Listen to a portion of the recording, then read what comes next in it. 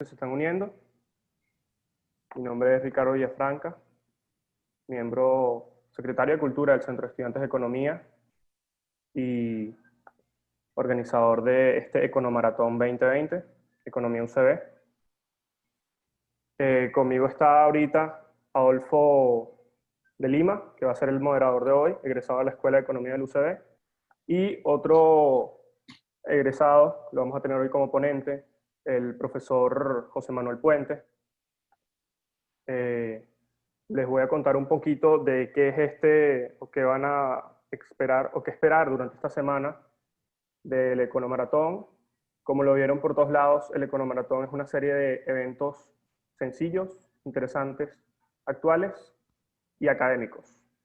Tenemos diferentes formatos, tenemos una gran variedad de temas para ustedes. Todavía se pueden inscribir. Y este evento está hecho enmarcado en la Semana del Economista. Mañana es el Día del Economista, esta es la Semana del Economista, y estamos celebrando a través de actividades académicas esta Semana del Economista. El Club del Congreso de Economía UCB es un club compuesto por estudiantes de la escuela que está, o su fin último, es la realización de un Congreso de Economía. En esta ocasión nos encontramos en un economaratón donde, como ya expliqué, tenemos diversas actividades académicas. Sin más nada que acotar, Adolfo. Bien, gracias Ricardo. Bueno, primero que todo, muchas gracias por la invitación. Para mí es un honor poder ser moderador en este evento que tengo que aceptar. Hace unos meses se nos acercó Ricardo junto con un grupo de estudiantes para preguntarnos o para pedir consultas sobre qué tan posible veíamos un evento de este nivel o sea, muy cautamente lo que yo les dije fue, oye, va a ser muy difícil hacer un evento de este nivel, si quieren inténtenlo, pero con la pandemia, el desinterés, lo difícil que es contactar a la gente ahorita, lo difícil que es captar el interés de la gente ahorita, el hecho de que estás compitiendo con universidades de alto nivel, a nivel internacional, que están haciendo eventos de este tipo también, pues te haría pensar que un evento así es muy difícil de sacar y de conseguir además la audiencia que tiene hoy día, pero fíjense que estamos teniendo, por lo menos para empezar, un exitazo y además una cantidad de ponentes y un nivel de ponentes excelente. Y bueno, hablando del nivel de los ponentes, pues vamos a empezar con broche de oro con el profesor José Manuel Puente, que es egresado de la UCB, pero que además de ser egresado de la UCB tiene un tremendo currículum, una tremenda carrera como académico y como consultor. El profesor José Manuel Puente es titular del Centro de Políticas Públicas del Instituto de Estudios Superiores en Administración, IESA. Es profesor visitante de la Universidad de Salamanca y la Universidad Autónoma de Madrid, profesor visitante de la Blavatnik School of Government de la Universidad de Oxford, miembro senior del St. Anthony's College de la Universidad de Oxford, es economista de la Universidad Central de Venezuela, como ya había dicho, con maestrías en Administración Pública y de Políticas Públicas en the London School of Economics y Políticas Públicas en la Universidad de Oxford, PhD en Economía Política de la Universidad de Oxford también. Además es profesor del máster del IESA, de varias especializaciones y maestrías en el IESA, y de la maestría de Teoría y Política Económica de la Universidad Central de Venezuela.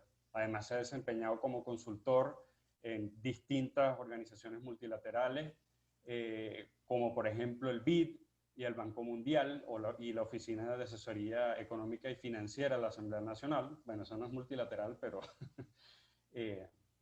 también ha sido consultor de esa oficina.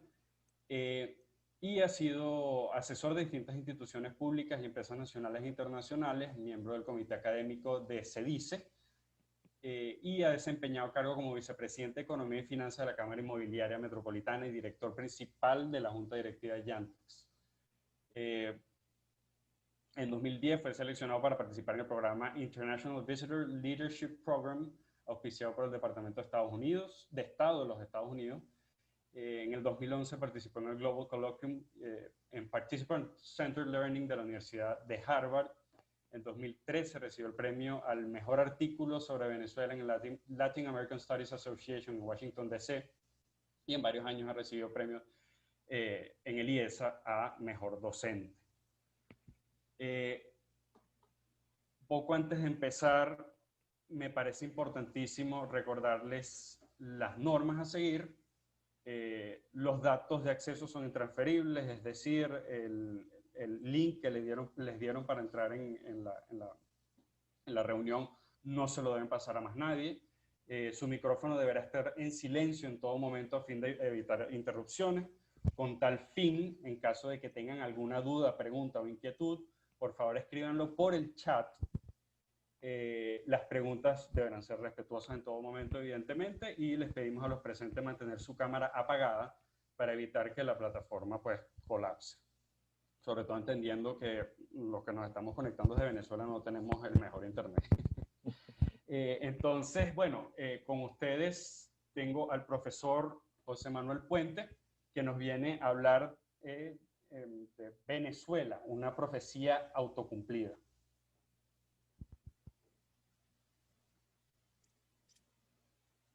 Muchísimas gracias, Adolfo, y al resto del equipo del Centro de Estudiantes y de la Escuela de Economía y a las autoridades de la Escuela de Economía. Para mí es un honor estar en mi alma mater nuevamente.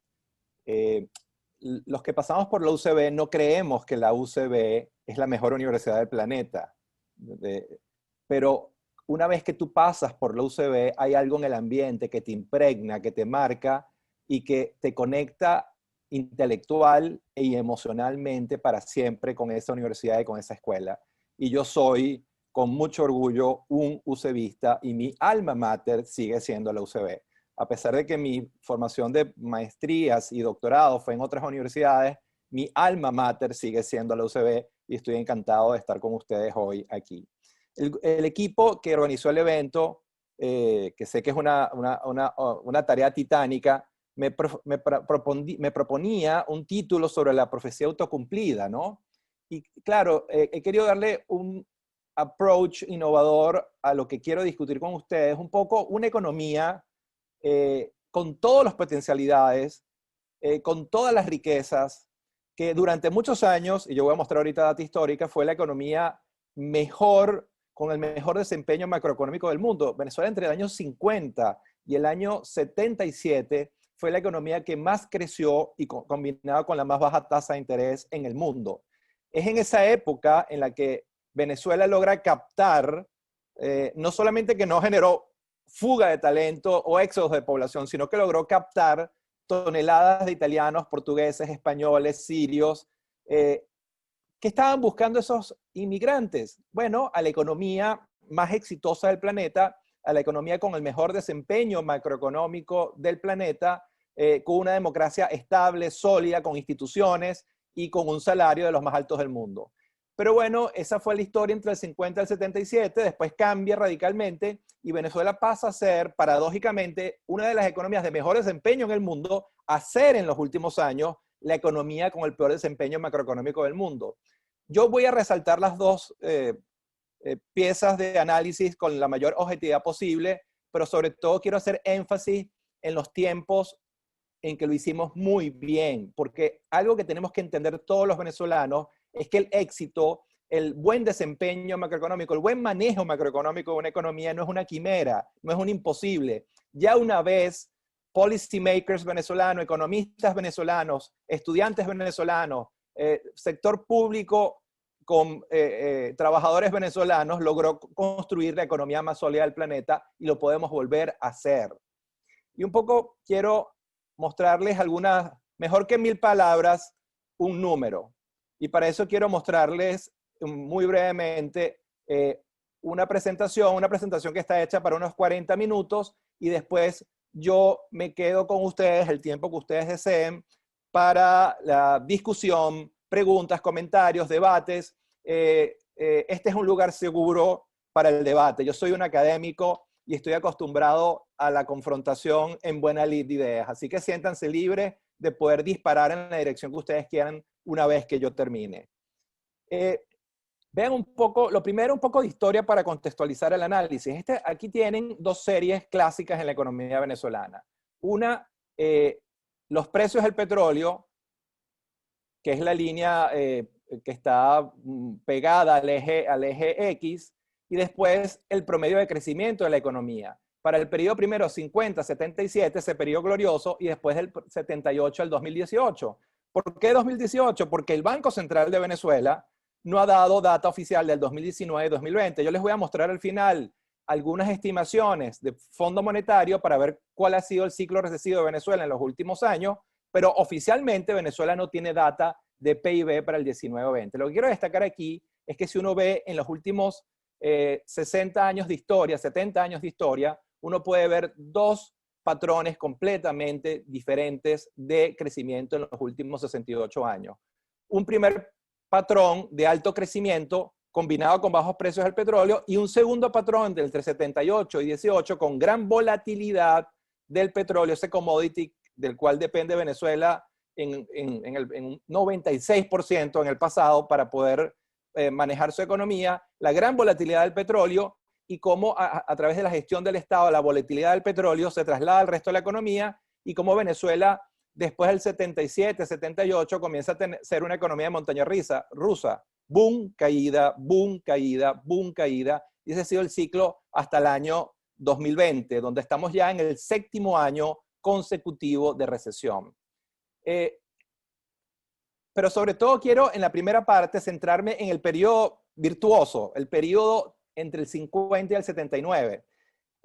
78 y 79, el punto de inflexión realmente es el año 77. Por el 78 y 79 la economía sigue creciendo, pero a tasas decrecientes. Como ustedes saben, como buenos estudiantes de economía, quiere decir que sigue creciendo a tasas decrecientes, que en el 77 creció al 7%, en el 78 al 5% y en el 79 al 3%. Siguió creciendo, pero a tasas decrecientes, hasta que en el año 80 se presenta el primer ciclo recesivo de la economía venezolana en su etapa contemporánea. Pero pensando en esta data originalmente la levantó Robert Barro, que no conoce Venezuela y quedó seguramente muy sorprendido por los hallazgos. Él comparó a Venezuela en ese periodo glorioso entre los 50 y el año 79 con muchas otras economías del mundo, con Alemania, con Suiza, con Estados Unidos, con los tigres asiáticos, con Singapur, Japón, con el milagro latinoamericano que es Chile, con Corea, con Colombia, con España. ¿Y qué es lo que consiguió? Bueno, que Venezuela entre el 50 y el 79 fue la economía de mayor crecimiento en el mundo con más baja inflación. Creció por encima del 6% con una inflación de un dígito 3%. Entonces, claro, estás hablando de los campeones mundiales de alto crecimiento con baja inflación. Y eso es realmente extraordinario, pero yo quiero hacer énfasis una vez más que ese país de bonanza, de riqueza, de prosperidad fue construido por venezolanos. Y ese país puede volver a existir si logramos manejar de manera inteligente el petróleo y logramos encender 4 o 5 motores alternativos de desarrollo para diversificar la economía, cosa de la cual voy a referirme después. Un comentario para entender que al final, y yo soy un economista político, y eso es una de las cosas fantásticas que uno aprende en la UCB, a entender la economía más allá, no solo dentro de la economía, sino más allá. No puede ser un buen economista quien solo sabe de economía. La economía es mucho más compleja que lo estrictamente económico. Y es por eso que quiero mostrarles algunos indicadores sociales que están correlacionados con el mal desempeño de Venezuela. A partir del año 77, con la pérdida de dinamismo de la economía venezolana, comenzó a aflorar grandes desequilibrios sociales en Venezuela. Lo que ustedes tienen aquí es la línea gris, que es la línea del índice de pobreza. Vemos como entre el 79 y el 99, el año en que logra la presidencia de Hugo Chávez, se triplica la pobreza, como la línea roja, que es informalidad, porcentaje de la población en informalidad, se triplica, y la línea verde, que es el coeficiente de Gini, como ustedes saben, es un coeficiente que indica cuán bien o cuán mal está distribuida la riqueza en una sociedad, tendió a empeorar. ¿Qué ocurre? Y les voy a pedir, por favor, que maten al mensaje y no maten al mensajero. La reflexión que quiero generar en ustedes tal vez genere desagrado, pero les pido que maten al mensaje y no al mensajero. ¿Qué pasa con una economía que a lo largo de 30 años triplica su pobreza, triplica su informalidad y se hace menos justa en la distribución de su riqueza? Bueno, es una sociedad que se está comprando un boleto a la polarización, a la confrontación social, y esas dos Venezuelas que hemos visto en los últimos 20 años, que están espalda con espalda y que no quieren verse a la cara, es la consecuencia de los grandes desequilibrios macroeconómicos que se generaron entre el 78 y años recientes. Conclusión, nuestro gran enemigo a vencer no es un proyecto político, no es un líder. Nuestro enemigo a vencer es la pobreza, la informalidad, la desigualdad, la injusticia. Ese es el verdadero enemigo y fue lo que hizo que colapsara el proyecto de sociedad y esa economía pujante de los años 50, 60 y 70 simplemente se perdiera. Claro, ahora tienes un evento coyuntural que está generando un impacto tremendo sobre la economía global y Venezuela no escapa de ese impacto, entre otras cosas, porque el coronavirus impacta directamente los precios de los commodities y el petróleo ha sido negativamente impactado por el coronavirus y eso ha generado, junto a otros factores, una agudización del círculo de desequilibrios macroeconómicos que vive en Venezuela. Y Venezuela desde el año 2013 hasta el año 2020 ha vivido 7 años consecutivos de recesión.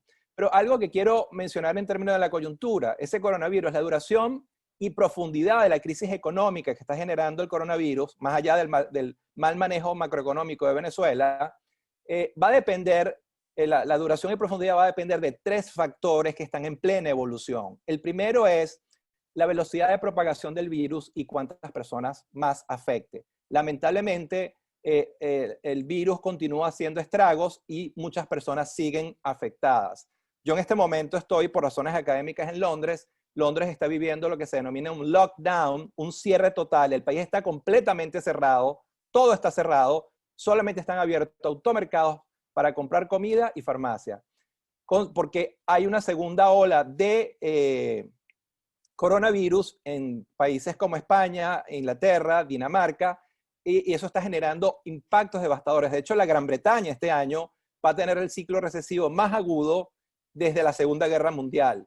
Imagínense estar un mes entero con el país cerrado. Eso es lo que está pasando en Inglaterra. Y todos los que estamos aquí estamos como presos políticos. Yo estoy buscando desesperadamente algún vuelo para regresar a la capital del cielo, Venezuela, pero por lo pronto no he conseguido porque el país está cerrado. Conclusión, el coronavirus sigue infectando gente, generando impactos en términos de salud pública y en términos económicos. El segundo factor clave para saber cuál va a ser la duración y profundidad de la crisis económica a consecuencia del coronavirus es cuánto tiempo pase antes de que se encuentre una vacuna. Hay varias vacunas en pleno desarrollo, pero ninguna ha llegado a finalizar lo que es la tercera fase. La tercera fase que permitiría que fuera aplicada a la población. Todavía la vacuna no se ha conseguido o no se ha perfeccionado. Y la tercera variable clave que va a determinar la duración y profundidad de la crisis económica es si las medidas tomadas por los gobiernos, básicamente de ayudas directas a los ciudadanos, de ayudas directas a las empresas y de jugar de manera contracíclica, en contra del ciclo a través de política fiscal y monetaria, van a lograr realmente mitigar el daño. Y hay muchas dudas porque cada mes o cada 2 meses, Fondo Monetario y Banco Mundial hacen nuevas proyecciones y las proyecciones que hacen nuevas son peores que las anteriores porque los 3 eventos están en pleno desarrollo y siguen golpeando al mundo, al planeta, en términos de salud pública y en términos económicos. Independientemente de lo que pase y siga pasando y cómo termina esta historia, ya tenemos algunas conclusiones muy obvias en términos del impacto del COVID. El COVID representa el primer y mayor shock económico y financiero del último siglo, solo superado por el crack del 29. Inclusive ya superó lo que fueron los eventos del 11 de septiembre y la crisis financiera mundial del 2008. Es realmente impactante. Básicamente, el COVID está generando un doble shock, un doble golpe a la economía mundial. Por un lado, un alto en la producción de los países afectados, que a su vez golpea las cadenas de suministro de la economía mundial, que están altamente integradas y son interdependientes. Un Airbus que es ensamblado en Toulouse tiene partes alemanas, partes británicas, partes españolas, y esas cadenas de suministro han sido fuertemente golpeadas por consecuencia del coronavirus. Pero también tienes un impacto del coronavirus por el lado del consumo. Ha habido una fuerte caída del consumo y un desplome de la confianza, ese activo intangible tan importante para una economía, la confianza. Y esto va a seguir agudizándose en la medida que no se consiga un antídoto y no se pare el nivel de contagio de la economía, de contagio de los ciudadanos de las diferentes economías. Pero veamos un poco en particular el caso venezolano. Esto que está aquí es el PIB real per cápita entre el 50 y el 19, con data del 19 para el Fondo Monetario. Lo que podemos ver es que Venezuela, entre el 50 y el 77, como decía anteriormente, fue una economía que creció de manera robusta durante casi 30 años. El punto de quiebre, el punto de inflexión es el año 77. 78 y 79, como decía, sigue creciendo para tasas decrecientes, y en el 80, como pueden ver ustedes, se presenta el primer año de recesión. Si usted traza una línea recta del punto máximo, que es este 2.195 en bolívares de 1999, hasta el final del año 2019, la economía venezolana tiene una curva con pendiente negativa, y esos 40 años entre el 77 y el 2019 se pueden resumir en una frase: Venezuela no crece. Ciertamente los últimos 20, 21 años han sido catastróficos en términos de desempeño macroeconómico, pero es cierto también que la historia de mal desempeño macroeconómico de Venezuela comienza mucho antes. Y desde el año 77, esta economía no crece de manera robusta. Y por supuesto, en la medida que la torta de bienes y servicios de PIB decrece, cada vez le puedes dar un pedazo de la torta menor a cada venezolano, y eso implica empobrecimiento de una población, de una sociedad.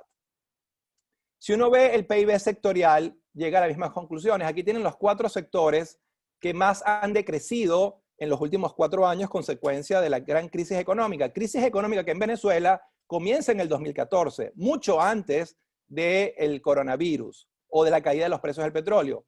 Los sectores con el peor desempeño han sido construcción, que en los últimos 4 años se ha contraído en menos 90%, el sector comercio, que se contrajo en menos 76%, el sector financiero, que se contrajo en menos 74%, y el sector manufactura, que se contrajo en menos 71%. En esencia, todos los sectores han sido golpeados por la crisis de los últimos 4 o 5 años, pero algunos han sido más que proporcionalmente golpeados, como es el caso particular del sector construcción, que es el que ha tenido el peor desempeño en la economía venezolana para el periodo 2014-18. Un poco para ir desmontando mitos, y ese es nuestro deber para el grupo de estudiantes de economías que están viendo esta breve presentación, y verificar empíricamente y con alguna rigurosidad científica los argumentos que esgrimen algunos economistas o esgrime el gobierno. ¿Hay alguna correlación entre la caída de los precios del petróleo y el ciclo recesivo de Venezuela? Yo no veo evidencia. Vean un poco cómo el ciclo recesivo de Venezuela comienza en el 2014, cuando los precios del petróleo todavía eran $88.5 el barril, casi $90 el barril. Esta economía comenzó un ciclo de desastre con precios del petróleo cercanos a los $90. Es decir, no hay correlación ni causalidad entre ciclo recesivo y precios del petróleo.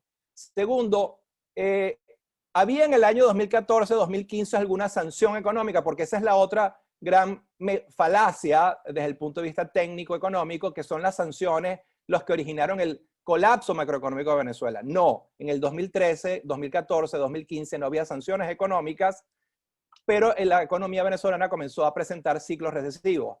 Que ahora las sanciones en el 2019-2020 agudicen, exacerben, profundicen los desequilibrios macroeconómicos, sí, yo creo que es el deber de todo científico social y economista competente acercarse a la verdad y no obviar la evidencia empírica. Y sí, en el 2019 y 2020, sin lugar a dudas, las sanciones económicas agudizaron, profundizaron un ciclo recesivo que comenzó mucho antes de las sanciones económicas. Y finalmente, la existencia del COVID es el causante de este desastre. No, el COVID llegó en el año 2020 y es otro factor distorsionante que agudiza, profundiza la crisis económica de Venezuela, el periodo de catástrofe macroeconómica, pero no es el origen, porque toda esta historia realmente comenzó en el año 99 con una serie de medidas que se fueron implementando y generaron el colapso de una economía. ¿Y cuáles son esas medidas? Y tú las puedes resumir en 5 líneas de acción.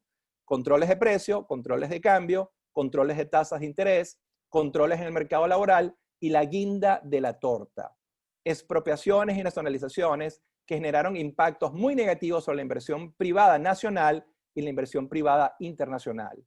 Entonces, claro, ese cóctel de política económica es el que llevó a Venezuela a un gran colapso y ahora vivir 6 años consecutivos de recesión y de haber perdido cerca del 75% de su PIB, lo vamos a analizar en un rato. El segundo gran problema, adicionalmente al ciclo recesivo, es el tema de inflación.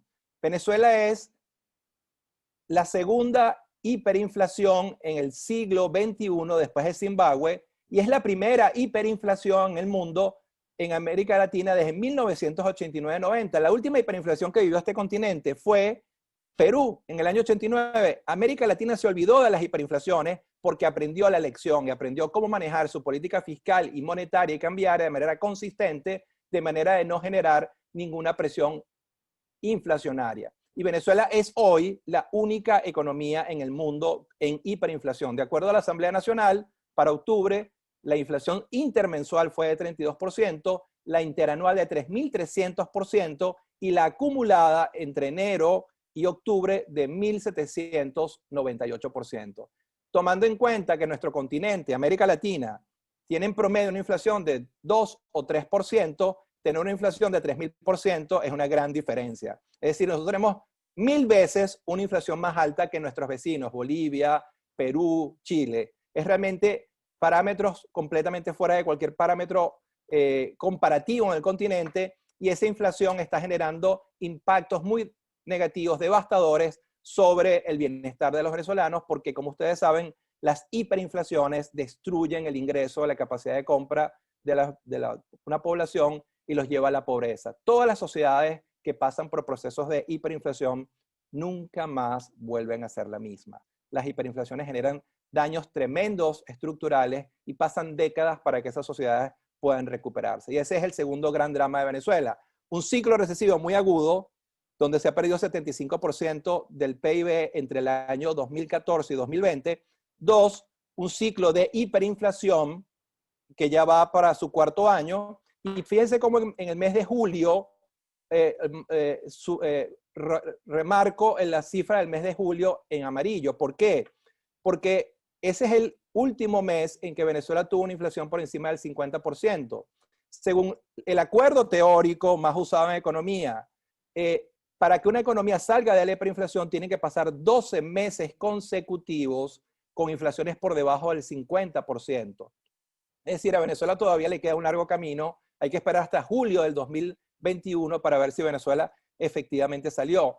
Con la devaluación del tipo de cambio del mes de noviembre, yo veo lamentablemente poco probable que eso ocurra. Entonces ya les decía yo que estamos entrando en el 4º año de hiperinflación y esto todavía va a continuar por un buen tiempo más y hay que protegerse, lamentablemente.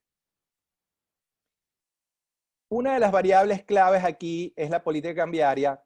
El gobierno se empeñó en mantener un esquema cambiario que ha demostrado a la historia económica de Venezuela que es un fracaso, que es el de controles de cambio con tipos de cambio múltiples. Venezuela Con excepción de Cuba, Venezuela es el único país que tiene controles de cambio con tipos de cambio múltiples. La mayoría de las economías latinoamericanas, o todas las economías latinoamericanas, con excepción de Cuba o Venezuela, funcionan bajo diferentes arreglos cambiarios, dolarizaron o preservan su moneda con autonomía de su Banco Central y de su política fiscal y monetaria, pero con un solo tipo de cambio. Una economía no puede funcionar de manera eficiente con diferentes tipos de cambio, y en este caso Venezuela tiene un tipo de cambio paralelo que llegó esta semana a 690.000 y un tipo de cambio oficial, DICON, que llegó a 607.000. Igual que OTAC en 1996, igual que Recadi en 1989 colapsó este esquema cambiario de controles con tipos de cambio múltiples, colapsó y debe ser desmontado y sustituido, porque en mi opinión esta es una de las camisas de fuerza más fuertes que tiene la economía venezolana para no poder desarrollar su potencial y recuperar el crecimiento. La devaluación de los recientes, hemos visto, sobre todo en el último mes, el tipo de cambio se ha ajustado en un 20%. Créanme, eso a un británico tú le dices que su tipo de cambio se va a devaluar en un 20% y va a haber personas que van a cometer suicidios colectivos. Eso es algo que es impensable para una sociedad medianamente estable. Y Venezuela en el último mes ha devaluado su moneda en un 20%. Aquí hay una cantidad de fenómenos que están haciendo y que van a seguir haciendo que el tipo de cambio nominal se devalúe y que tiene que ver en esencia con una economía que sufre diferentes desajustes macroeconómicos. Y uno muy claro es la apreciación de su tipo de cambio. No los quiero aburrir con los tecnicismos, pero como ustedes saben, hay un concepto muy útil en economía que es tipo de cambio real, que viene dado por el tipo de cambio nominal, es decir, la relación bolívar sobre dólar, por los precios del resto del mundo, de tus socios comerciales, sobre los precios internos, los precios de tu economía, la inflación. Siempre que tienes una diferencia entre la inflación externa e la inflación interna, se vive un proceso de apreciación del tipo de cambio. Y tu única manera de mantener tu tipo de cambio real estable, constante, es ajustando el tipo de cambio nominal. Entonces hay una brutal apreciación del tipo de cambio. Esos 690.000 están muy por debajo del tipo de cambio de equilibrio. El gobierno se hace la vista gorda, pero al final la economía también tiene sus leyes. Igual que en la física, las manzanas caen, en economía los tipos de cambio apreciados, tarde o temprano, persiguen a su tipo de cambio de equilibrio y se generan devaluaciones. Es decir, la devaluación está claramente explicada por el cóctel de desequilibrios macroeconómicos y particularmente por la brutal apreciación del tipo de cambio nominal. Y ese ajuste, independientemente de que el gobierno lo acepte o no, va a continuar porque la economía tiene sus reglas y un estudiante del tercer semestre de Economía de la Central claramente lo entiende. Lamentablemente, nadie muy competente está al frente de la economía venezolana. Hay dos personas que son muy competentes en otras áreas del saber, que están al frente de Cordiplan y de finanzas, pero que saben muy poco de economía, y ese es parte del drama. Hace falta un grupo de buenos economistas que le hablen al oído, bueno, si es que quieren generar un cambio en la tendencia macroeconómica y social, y les digan y les expliquen con claridad estos problemas que tienen explicaciones muy simples y que simplemente hace falta tener tercero o cuarto semestre de economía en la UCB. Adicionalmente, para completar el cóctel de desequilibrios que van a hacer que el tipo de cambio se siga devaluando, Venezuela está al borde de un colapso de su sector externo. En este momento tiene solo 6.450 millones de dólares en reservas internacionales. Ese es el nivel de reservas internacionales más bajo de los últimos 31, 32 años. ¿Qué quiere decir esto? Que el gobierno no tiene liquidez en reservas, dólares, para poder defender su tipo de cambio. Y eso es otra razón muy clara para que el tipo de cambio se siga devaluando, porque simplemente no hay cómo defender el tipo de cambio dado el bajo nivel de reservas y una economía que está al borde de un colapso de su sector externo y de hecho en default por 3 años consecutivos. El default se dio no porque quisieron, es porque no pudieron seguir pagando y Venezuela tiene más de 3 años en default, en cesación de pagos. Y con eso los mercados internacionales de deuda están cerrados para Venezuela y eso genera una camisa de fuerza adicional muy importante para el rescate de la economía venezolana. El colapso, y aquí voy a hacer referencia a un libro que acabamos de publicar, va a salir ahorita el próximo mes, que acabamos de publicar con la Konrad Adenauer, donde hay 14 capítulos, entre ellos 5 capítulos del área económica, que se llama Radiografía de un colapso. Ahí escribimos un grupo de autores, Ramón Kay, Carolina Pagliacci, varios economistas muy competentes egresados de nuestra escuela de la UCB, y una de las cosas que vemos es que el colapso de la economía venezolana es también el colapso del petróleo, y cómo en el caso particular de Ramón Kay, él logra demostrar que cerca del 50% explicativo del mal desempeño macroeconómico de Venezuela en los últimos años tiene que ver con la caída en la producción petrolera y en la caída de los precios petroleros.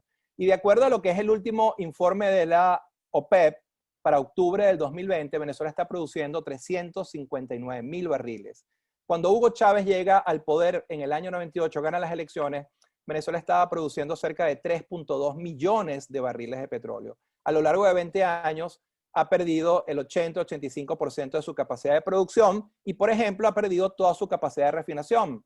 Sabemos que Venezuela tiene la capacidad de refinar 1.300.000 barriles de petróleo al día de gasolina y ha perdido toda capacidad, y de ahí el brutal racionamiento de gasolina que vive Venezuela, sobre todo en sus regiones. En Caracas hay racionamiento, pero no es tan cruel, tan duro como es el racionamiento en el interior. Y obviamente ese racionamiento de gasolina genera impactos demoledores sobre la distribución de alimentos, distribución de mercancías, de insumos, movilidad, transporte público, etcétera, etcétera. Para serles honestos, me es muy difícil explicarle a mis alumnos aquí en Oxford cómo el país con las principales reservas petroleras del mundo, con el 25% del oro negro del mundo, tiene racionamiento de gasolina. Eso parece un chiste y un mal chiste y es muy difícil de explicar, pero es la realidad que vive la economía con las principales reservas petroleras del planeta. Sus ciudadanos tienen racionamiento de casi todo, electricidad, agua, internet, alimentos, pero también racionamiento de gasolina, lo cual es una terrible paradoja, siendo Venezuela el país con las principales reservas petroleras del planeta.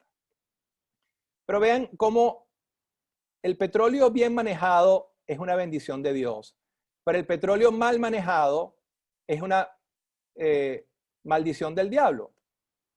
Y veamos un poco dos variables en este caso, que son la producción petrolera, que es la línea en azul, y los ahorros en el Fondo de Estabilización Macroeconómica. Para que vean ustedes una parcela de política económica que explica muy bien cómo el mal manejo macroeconómico está detrás de este colapso macroeconómico. Aquí no hay que olvidarse del coronavirus, de guerra económica, de sanciones. Hay que ver qué opciones de política económica implementó el gobierno y por qué Venezuela llegó al colapso que ha llegado.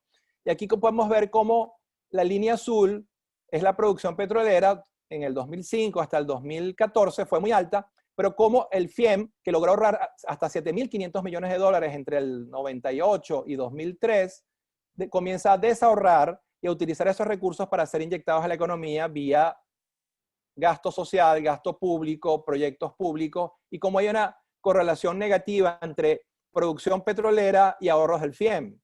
Es decir, Venezuela tiene el único fondo de estabilización macroeconómica del mundo que funciona al revés, que funciona de manera procíclica y no contracíclica. Por definición, un fondo de estabilización funciona de manera contracíclica. Lo vemos más claro con los precios.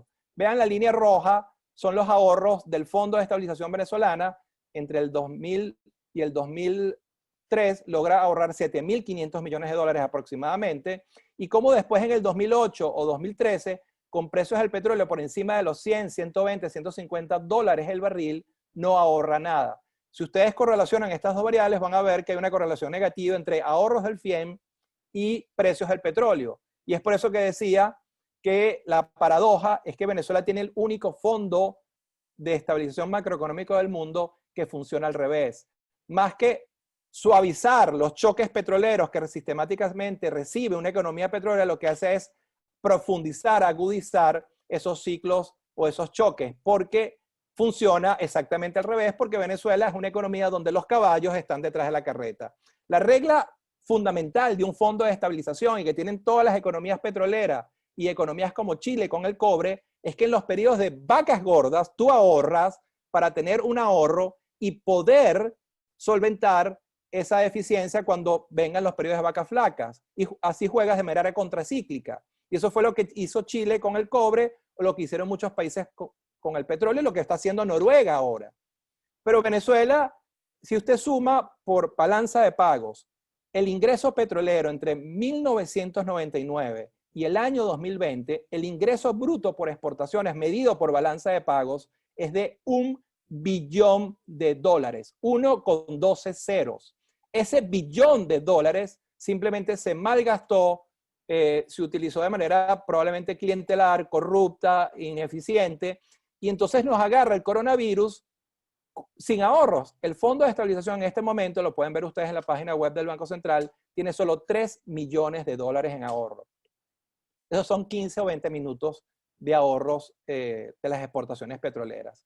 Es decir, imagínense si Venezuela, seamos medianamente sensatos, si Venezuela hubiera ahorrado solo el 10% del ingreso petrolero extraordinario de este choque petrolero que ha sido el más grande en duración e intensidad de la historia, y tuviera hoy 100.000 millones, el 10% de lo que le ingresó, tuviera 100.000 millones de dólares en ahorros en el Fondo de Estabilización, ¿cómo podría jugar de manera contracíclica? ¿Cómo podría generar subsidios directos focalizados a las familias para que se puedan quedar en casa y cumplan con la cuarentena? ¿Cómo podría ayudar a generar ayudas financieras a las empresas para poder atravesar este tiempo de bajas ventas, de baja actividad? ¿Y cómo podría, a través de política fiscal y monetaria y expansiva, generar un ciclo, política contracíclica en contra del ciclo para que la economía venezolana recupere crecimiento lo antes posible? Pero lamentablemente no lo puede hacer porque en buen castellano se espalilló el billón de dólares que entró en los últimos 20 años.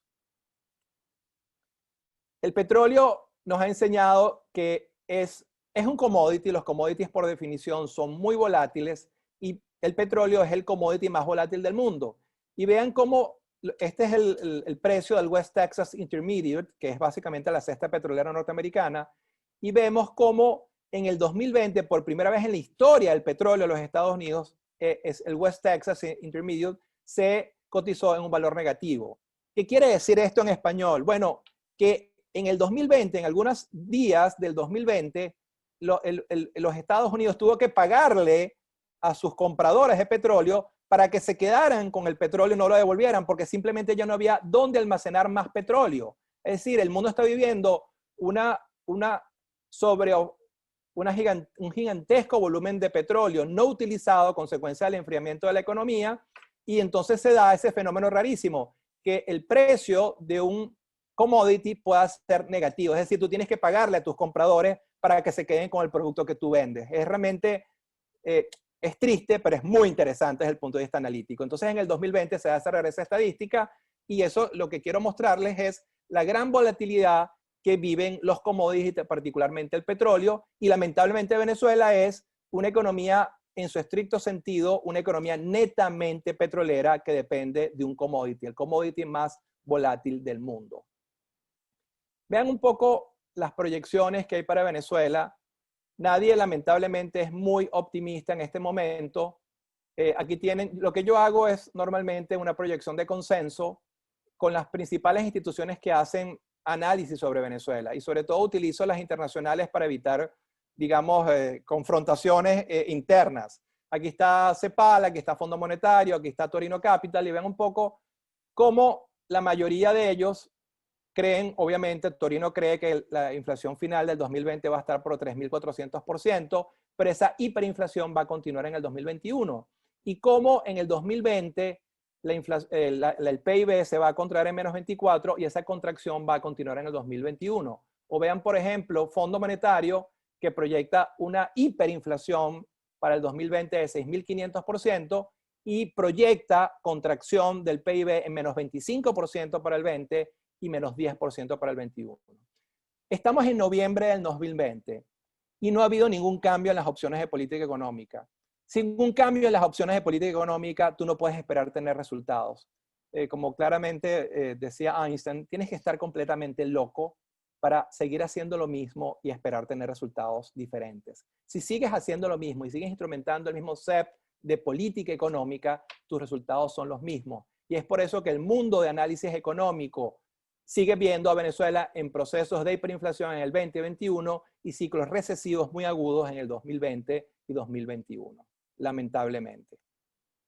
Fíjense, de hecho, para resumir, si la economía venezolana se contrae en la proporción que Fondo Monetario proyecta, en los últimos 7 años se habría perdido el 72% del PIB, pero si se contrae en un 26%, como lo plantea CEPAL, estaríamos hablando de una pérdida del 75%. Es decir, entre el 2014 y el 2020 se habrá perdido el 75% de la producción de bienes y servicios de la economía venezolana.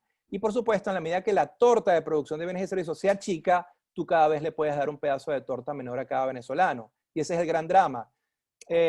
Yo hoy no voy a hablar de esto, pero un trabajo que acabamos de publicar en América Latina Hoy, que lo pueden conseguir en mi Twitter o en la página web de la Universidad de Salamanca. Jesús Rodríguez, un colega de la Escuela de Economía de la Central, y yo, concluimos que este ciclo recesivo entre el 2014 y 2020 es el peor ciclo recesivo que ha vivido Venezuela en toda su historia, en los últimos 70 años, 80 años de historia, pero también es el peor ciclo recesivo que ha vivido América Latina en los últimos 40 años y el peor ciclo recesivo del mundo en los últimos 40 años. Conseguimos data para 192 países desde el 80 hasta el 2019 y eso es lo que nos da como resultado, una vez que programamos Stata, le pedimos a Stata que identificara a los países del mundo que habían vivido 5, 6, 7 años de recesión, agregara su ciclo recesivo y ese fue el resultado. Conclusión, este 75% de caída en la producción de bienes y servicios es la peor ciclo recesivo que ha vivido Venezuela, América Latina y el mundo en los últimos 40 años. No es poca cosa. Y por supuesto, en la medida que la economía ha ido mal, la economía ha impactado de manera brutal los indicadores sociales y el bienestar de todos los venezolanos. Solamente le voy a mostrar algunos highlights de lo que son los resultados más importantes de la encuesta ENCOBI, que como ustedes saben es una encuesta realizada por Lookup, Simón Bolívar y Central, y en mi opinión es la pieza de información social más rigurosa que hay en Venezuela en este momento. ¿Qué consiguen ellos de manera muy resumida? Que después de este desastre macroeconómico, el 96.3% de los hogares son pobres desde el punto de vista de ingreso. Venezuela es el país más pobre y el segundo más desigual de América Latina. Es decir, la revolución en 20 años convirtió al país más rico de América Latina, de mayor potencial de América Latina, en el país más pobre de América Latina. 30% de los niños registran desnutrición crónica, 44% de la población está inactiva económicamente, es decir, el sector informal se ha ampliado, personas han perdido su trabajo a consecuencia de los ciclos recesivos y se han quedado en el mercado informal. Los asalariados del sector público y privado han disminuido y ha crecido el número de personas que generan ingresos por cuenta propia, que reafirma el punto de cómo la economía informal se ha amplificado a lo largo de los últimos 20 años. La población bajó a 28 millones de personas a raíz de la migración. Venezuela es no solamente la catástrofe macroeconómica más aguda que ha vivido el continente en los últimos 40 años, sino que Venezuela en los últimos 20 años ha vivido el éxodo de población más fuerte que ha vivido cualquier economía latinoamericana. Es realmente impactante, gente huyendo del desastre macroeconómico, del salario probablemente más bajo del mundo, un salario que le permite acceder a la canasta básica normativa de alimentos y medicinas. Más de la mitad de la población más pobre no completa secundaria, lo cual es un drama, es decir, la gente, muy pocos van a la escuela y los que van, muchos de ellos no completan educación secundaria. La cobertura universitaria se redujo a la mitad. La revolución ha creado decenas de universidades, pero la matrícula, la cobertura universitaria se redujo a la mitad. Hoy hay menos estudiantes en universidades haciendo pregrados o posgrados de lo que había en el año 98. Y es una terrible paradoja, sobre todo cuando se han incrementado el número de universidades. Y finalmente, un dato que a mí me genera gran impacto emocional y que refleja lo duro de esta crudísima crisis económica. Venezuela perdió 3.7 años en la esperanza de vida. En promedio, los venezolanos viven hoy casi 4 años menos de lo que vivían hace 10 o 15 años atrás. Todo esto está obviamente correlacionado con el mal desempeño macroeconómico y son los impactos sociales de la catástrofe económica venezolana. Pero bueno, quiero hablarles 2 minutos de futuro. No voy a poder ir en detalle, pero les puedo recomendar alguna literatura. Muchos de nosotros hemos estado en diferentes grupos interactuando, tratando de pensar cómo reconstruir a Venezuela, reconstruirla de los escombros. Y claro, lo primero que viene a la mente, y es muy claro, y un economista tiene que entenderlo, y más un economista político, es que lo primero que tenemos que generar es una transición política. La revolución no quiere ni puede llevar a cabo un programa de estabilización macroeconómica porque simplemente no tiene ninguna credibilidad en los mercados para, por ejemplo, conseguir la cantidad de recursos económicos que tiene que conseguir para poder implementar exitosamente el programa de reformas.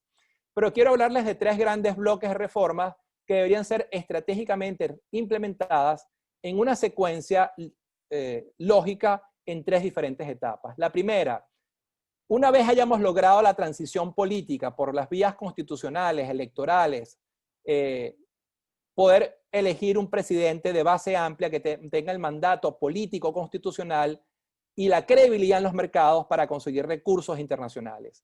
Una vez que hayamos logrado esa transición, tenemos que instrumentar un programa social de emergencia.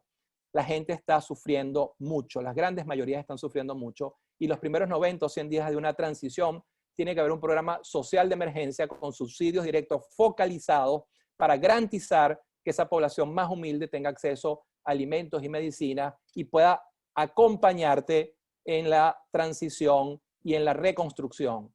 Con un salario de menos de $1 por mes, nadie te va a acompañar y hay que entender la economía política del proceso. Entonces necesitas conseguir grandes volúmenes de recursos internacionales, en los multilaterales, en la comunidad internacional, para implementar ese programa social de emergencia para ayudar a esa gente que está en una situación extrema viviendo una crisis humanitaria.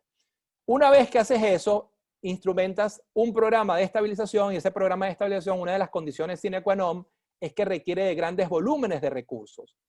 Y por supuesto, ese programa de estabilización tiene que tener patas en el ámbito fiscal, monetario, cambiario, reconstrucción del ámbito, del ámbito petrolero, etcétera, etcétera. Y una vez que estabilices la economía y logres controlar la inflación, logres recuperar crecimiento y lograr pleno abastecimiento de la economía y estabilices al enfermo, entonces te puedes ir a una tercera fase, que es la de cambio estructural y reformas institucionales. Y esto, en esencia, no lo voy a poder explicar en detalle, quiere decir encender 3 o 4 o 5 motores alternativos de crecimiento: petroquímica, frutas tropicales, autopartes, motores alternativos, turismo, o motores alternativos de crecimiento que te permiten romper con la maldición de los recursos naturales y acabar con eso que Terry Lynn Carl llama la paradoja de la riqueza, y romper ese ciclo vicioso y lograr diversificar a la economía y que sea el petróleo un motor más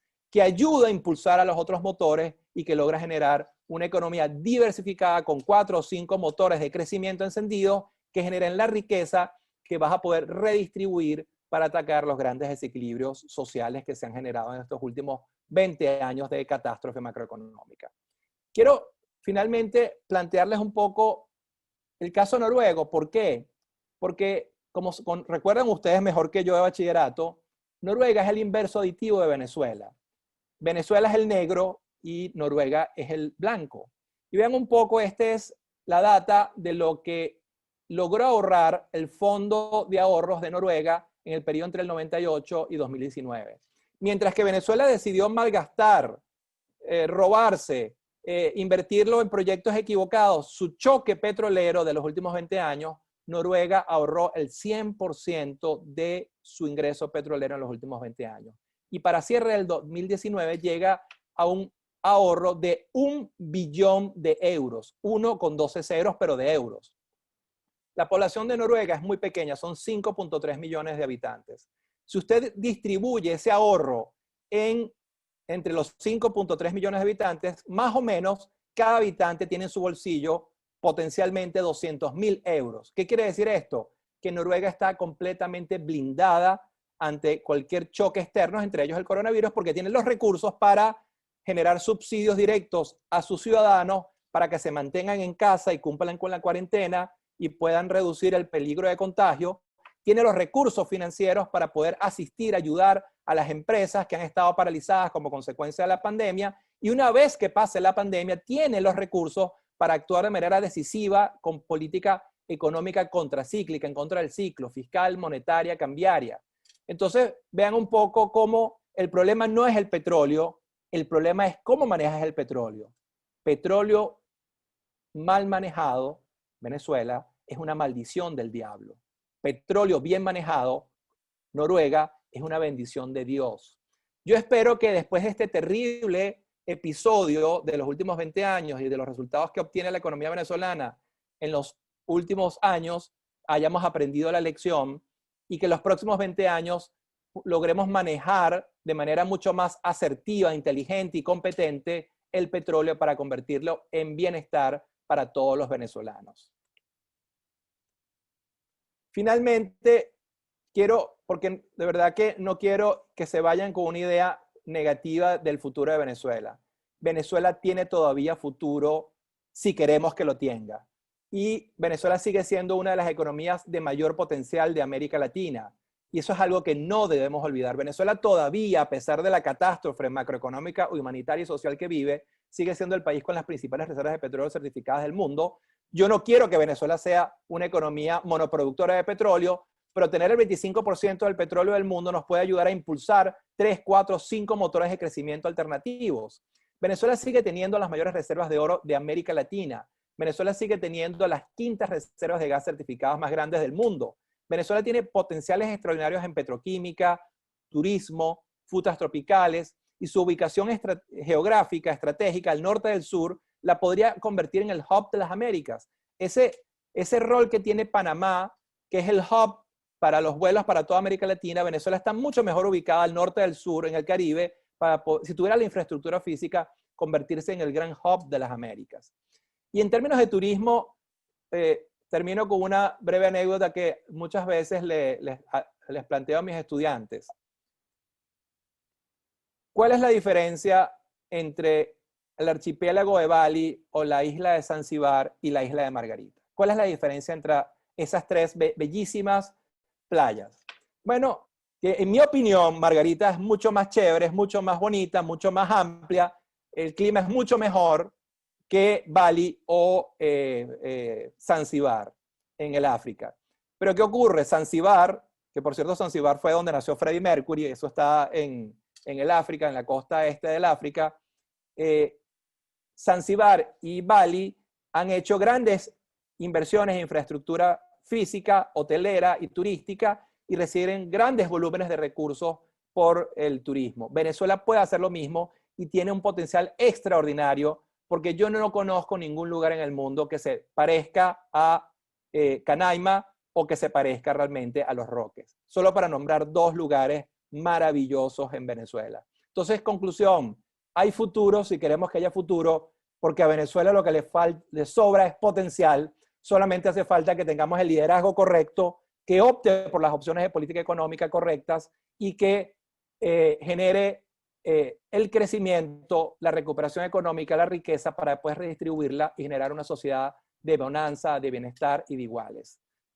Muchísimas gracias por vuestra atención. Ha sido apasionante conversar con ustedes durante estos 45 minutos y estoy abierto a cualquier pregunta o comentario, más que bienvenido. Muchísimas gracias y una vez más, mil gracias por invitarme a mi alma mater, donde en esos pasillos hay mucha vida, muchos momentos especiales en mi vida transcurrieron en la UCB y estoy encantado de estar al menos virtualmente en la Escuela de Economía de la Central. Gracias. Bueno, muchas gracias, profe. Yo creo que todos aquí salimos bastante bien informados de la crisis que bastante hemos vivido y que la conocemos de forma bastante cotidiana, pero los datos la ponen en contexto, ¿no? Por ahí me gustaría citar a uno de nuestros asistentes diciendo que Venezuela es lo mejor, es lo máximo, dice Alejandro Fu. Y la verdad es que esta ponencia nos pone, además de contexto, nos da esperanza. Muchachos, Ahora, yo no sé si Venezuela es lo mejor. Lo que yo sé es que Venezuela es muy chévere. Y créanme que estoy desesperado por regresar a Venezuela. Desesperado. Yo sé que la mayoría de los venezolanos están desesperados por salir de Venezuela. Yo, después de una semana de lluvia todos los días, de frío y de oscuridad, quiero regresar a que el sol del Caribe me abrace. Así que no todo es tan malo en Venezuela y hay futuro, muchachos. Hay futuro si queremos que lo haya. Y ustedes, los más jóvenes, son la generación que va a generar ese punto de inflexión y le va a torcer el brazo a la historia y va a revertir el ciclo de desastre y va a iniciar un ciclo de reconstrucción económica y bienestar para toda la sociedad. Ese es vuestro compromiso, mi compromiso con la Venezuela que heredamos. Bueno, profe, muchas gracias por las palabras de aliento. Vamos a ir pues con las preguntas. Tengo un par de preguntas aquí de los asistentes. La primera es de Moisés Padrino. Moisés pregunta si podríamos ir a ser una economía de 12 millardos de dólares en 2020 a una de 30 millardos en 2021 y hasta 100 millardos en 2022, suponiendo que hay un cese de las sanciones y se reimpulsa el sector petrolero. Claro, disculpen. Venezuela, me agarró el carrasposo. Venezuela tiene el petróleo, ya les dije a ustedes, el petróleo también es una oportunidad si sabes cómo manejarlo.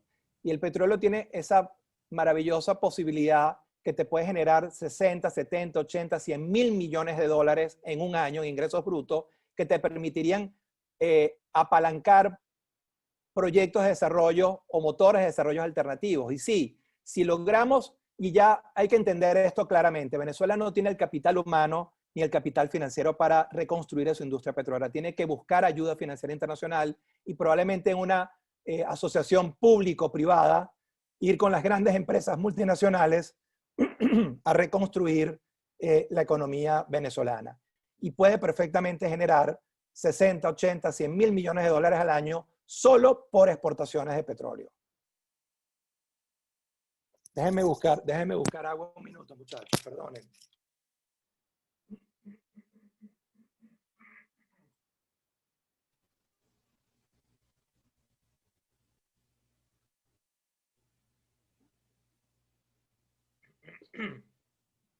Bueno, solo espero que no sea coronavirus. Conclusión, Venezuela tiene cómo generar esos ingresos extraordinarios gracias al petróleo, pero eso sí, tenemos que romper con la maldición de ser un país monoproductor. El petróleo debe ser utilizado para potenciar finalmente la diversificación de la economía venezolana. Ok, y aquí hay una pregunta que justamente va en línea con el tema de utilizar el petróleo adecuadamente para potenciar para potenciar el crecimiento de la economía, porque cuando usted habló del ciclo de los precios del petróleo, dijo que no había una correlación y que de hecho no había una causalidad entre la caída de los precios del petróleo y la recesión que estamos experimentando. Pero luego, en otra lámina, más tarde, habló de que la caída en la producción sí afecta el crecimiento de la economía. Entonces, sí, bueno, la pregunta es, ¿por qué la producción y no los precios? No, tal vez no me expliqué bien, pero el punto central es que el ciclo de desastre, el ciclo recesivo de la economía venezolana comienza, de hecho en el 2013, ya en el 2013 la economía se modera tremendamente y crece solo 1.3%, que en términos per cápita es contracción, es negativo, porque la población crece a una tasa superior al 2.2%. Pero lo que quise decir es que en el 2014 y 2015 Venezuela entra en un ciclo recesivo muy agudo cuando los precios del petróleo todavía estaban cercanos a $90 el barril. Por supuesto, si vamos al 2019-2020, la caída de la producción y la caída de los precios lo que hace es agudizar, exacerbar, profundizar un ciclo recesivo que se originó mucho antes. Lo que quiero hacer énfasis es que el origen de esta catástrofe, esto es una crisis autoinducida. Esto es una crisis que comenzó mucho antes de la caída de los precios del petróleo, de las sanciones a la economía venezolana y mucho antes de que llegara el coronavirus a nuestras vidas. Pero es una crisis autoinducida, pero no como la inflación inducida esa que... Sí, sí. Eso, por cierto, yo me permito hacer esta. No voy a dar nombres, pero hay uno o dos economistas, uno de ellos egresado a la Central, que habla de la inflación inducida. Yo estaría muy feliz, en buena lid, de discutir analíticamente cuáles son sus argumentos para afirmar eso. Entonces, ¿cuál es el trabajo de un economista competente, de un académico competente? Acercarse a la verdad y verificar empíricamente si sus argumentos tienen alguna validez. Eso de inflación autoinducida, o como otro de los exministros de Economía del actual gobierno hablaba de que la inflación no existe, es algo que yo quisiera en algún momento poder discutir en un auditorio amplio y cada quien presente sus piezas de evidencia para ver si tienen alguna pieza de evidencia más allá de los clichés y lo digo con toda modestia, y más allá de la enciclopédica ignorancia en materia económica. Bien, profe, bueno, creo que muy difícil discutir con eso.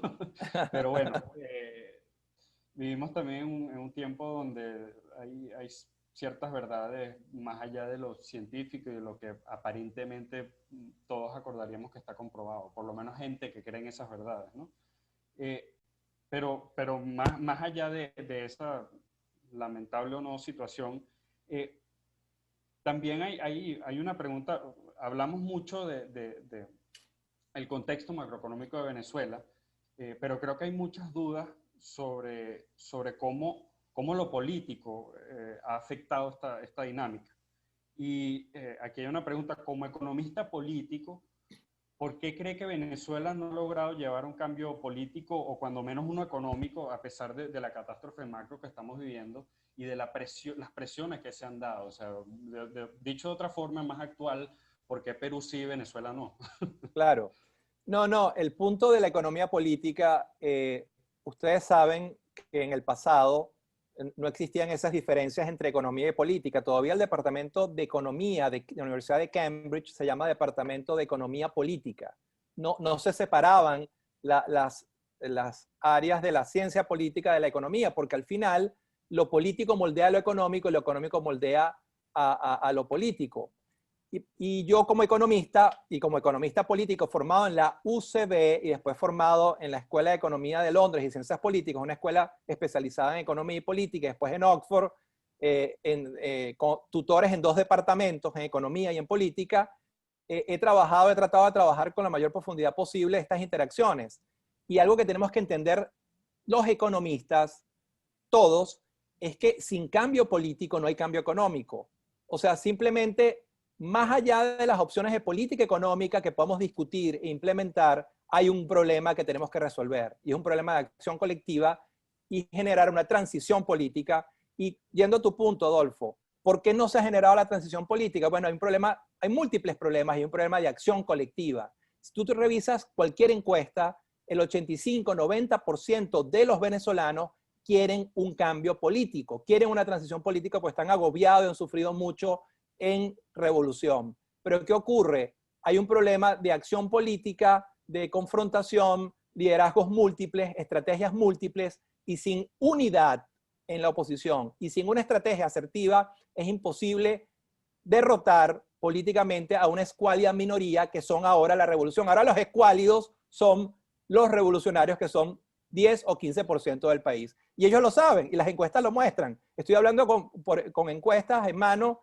Y al igual que yo durante muchos años acepté que ellos eran mayoría, y aunque estaban equivocados, yo aceptaba la decisión de esa mayoría. Pero hace muchos años que la revolución no es mayoría y hay que resolver el problema de economía política, de agregación de preferencias y de acción colectiva para lograr la transición, y sobre esa transición política, este nuevo presidente con el mandato político electoral puede instrumentar los programas de reformas que esta economía a gritos ha pedido durante años. Ok, muchas gracias, profe. Por aquí nos preguntan Lil Torres, @yahoo.com, no está el nombre completo, pero sin un cambio, ok. ¿El cambio de gobierno se dará en un futuro en Estados Unidos? Perdón. El cambio de gobierno que se dará en un futuro en Estados Unidos puede beneficiarnos en algo con relación al manejo de las sanciones. Bueno, la verdad que una de las cosas en las que yo trato de ser muy respetuoso es no meterme en temas en los que yo no trabaje de manera analítica en profundidad. Política internacional y política norteamericana no es una de las áreas que yo trabajo. Es evidente que un cambio de gobierno entre Biden y Trump va a generar diferentes opciones de política exterior sobre Venezuela, pero no soy yo la persona competente para analizarla. No hay nada más, y esto como lección de vida, queridos estudiantes, no hay nada más impertinente que un economista que dice saber de absolutamente todo y opina de todo con absoluta irresponsabilidad. Yo no lo sé y esa es un área en la cual yo no trabajo. Muchas gracias, y sobre todo por la responsabilidad con el manejo del conocimiento, que no, bueno, a veces vemos mucho entre los economistas, entre los colegas, un comportamiento distinto, lamentablemente. Otra pregunta, y va en línea con el tema de las sanciones, ¿no? Porque las sanciones tienen un efecto que en la literatura está bastante, bueno, no bastante definido, pero que sí es conocido y sí se ha escrito sobre el tema, que tienen un efecto en la economía política de los países. Y de hecho ya hay algunos economistas que están hablando de que esos cambios, los cambios que está produciendo en la economía las sanciones, pueden llevar a cierta racionalización de la política económica, una política económica más afín con los mercados. Entonces, no sé si desde su conocimiento de economía política nos pudiese dar un poco de luces con respecto a eso. Adolfo, ¿te refieres sin un cambio político? ¿Que eso se dé Sí. sin un cambio político? Bueno, yo en eso sí tengo una posición muy clara y contundente. Y lo voy a decir con nombre y apellido. Nicolás Maduro no puede ni quiere. Él no quiere porque no tiene las ideas, no tiene el equipo para instrumentar las reformas que la economía requiere. Pero además no puede porque simplemente es un gobierno que está contra la pared. Tiene solo 10 puntos en las encuestas, no tiene el piso político para instrumentar muchas de las medidas que requiere esta economía y no tiene ninguna credibilidad en los mercados internacionales para poder conseguir primero el apoyo del Fondo Monetario y Banco Mundial con grandes desembolsos de recursos para rescatar a la economía venezolana. Por ejemplo, ya vimos que el sector externo está al borde de un colapso y Venezuela necesita de ayuda financiera internacional, un programa de rescate del Fondo Monetario, y el presidente Nicolás Maduro no tiene la credibilidad para poder obtener esos recursos. Es decir, sin cambio político no hay cambio económico y Nicolás Maduro no puede ni quiere. Entonces, nuestra única alternativa, y eso es algo que tiene que escuchar el mundo chavista, nuestra única alternativa de poder salir de este ciclo de desastre, rescatar crecimiento, abastecimiento y control de la inflación y conseguir recursos financieros internacionales para el programa de subsidios focalizados que tenemos que instrumentar para la mayoría de los venezolanos, no es posible en revolución. Solamente con un nuevo gobierno eso será posible. Perfecto, profe. Muchas gracias. Bueno, yo creo que con eso ya pues estamos listos. Primero, darle muchas gracias al profesor José Manuel Puente por su excelente ponencia y sus respuestas que, si bien, bueno, hay algunas cosas como pensar que quizás una transición... esto no lo dijo usted, ¿no, profe? Pero que una transición quizás no está tan cercana, nos quita un poco la esperanza, pero la idea de pensar que en algún momento llegue y que después de eso el crecimiento y la mejora de nuestra situación puede ser relativamente rápida, pues nos llena de esperanza. No quiero irme sin agradecerle a nuestros patrocinantes, Ticketplay, Econométrica, Value y CoinGroup. También quiero que sepan que el Economaratón va a estar abriendo un canal informativo de WhatsApp para estar enviando datos de conexión a los otros foros. Sin embargo, entiendo que los datos de conexión a los demás foros también están en los correos.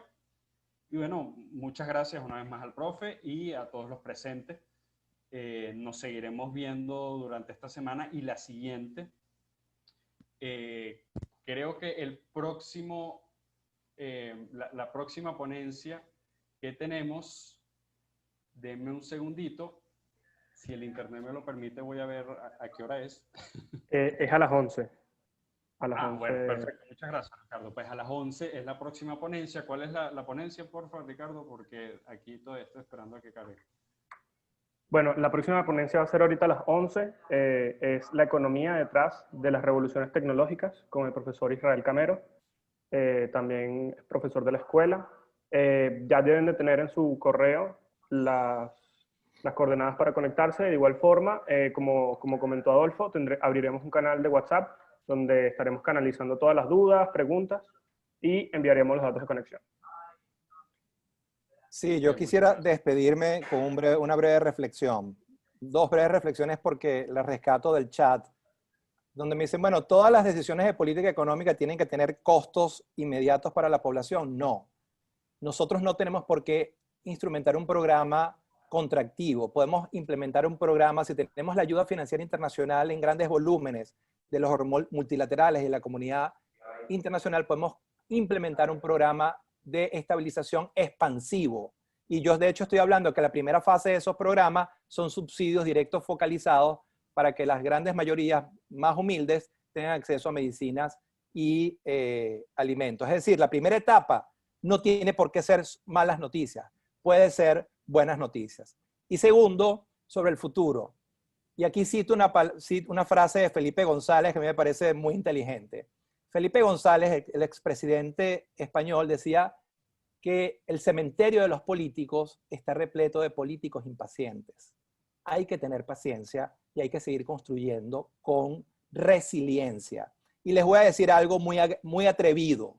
Ustedes y yo vamos a ver y a vivir y construir la transición y vamos a ser la generación que, como les decía antes, va a lograr torcerle el brazo a la historia y va a generar un país de progreso, justicia y equidad. Ustedes y yo lo vamos a ver, así que hay que seguir construyendo con paciencia y resiliencia.